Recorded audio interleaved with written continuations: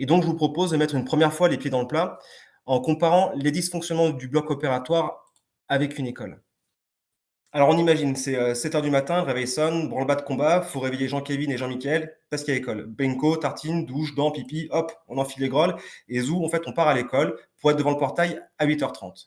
Et finalement, patatras, si on applique les résultats organisationnels du bloc opératoire à l'école, qu'est-ce qui se passe?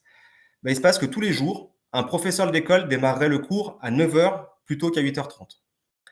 Une fois par semaine, un professeur resterait en salle des profs pour recevoir des parents, alors qu'il a cours, nos enfants, eux, étant en classe, prêts à travailler.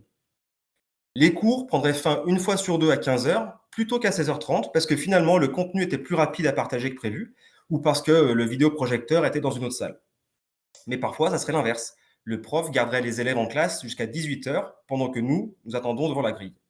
Alors, on ne laisserait pas faire les choses pareilles à l'école, ça paraîtrait aberrant. Et donc tout ça, c'est finalement ce que vit au quotidien un acteur du bloc opératoire. Et là, les chiffres que je vous expose, c'est vraiment pas la science-fiction. Ça provient de précédents benchmarks. C'est ce qui se passe dans la vraie vie.